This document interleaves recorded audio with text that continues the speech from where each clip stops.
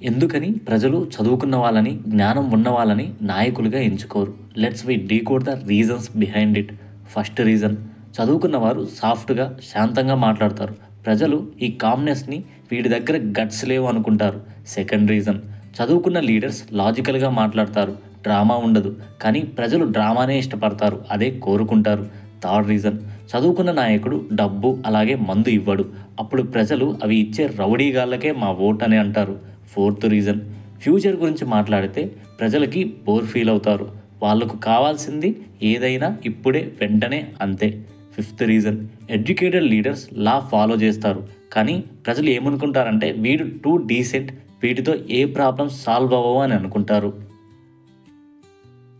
Sixth reason, ప్రజలు caste, religion, region అనే ladder steps మీద వాళ్ళ నాయకుడి భవిష్యత్తును క్రియేట్ చేస్తారు. Last reason, development talk boring, aggression talk interesting. అందుకే ఎడ్యుకేటెడ్ లీడర్స్ పాలిటిక్స్లో ఫేడ్ అవుట్ అవుతారు.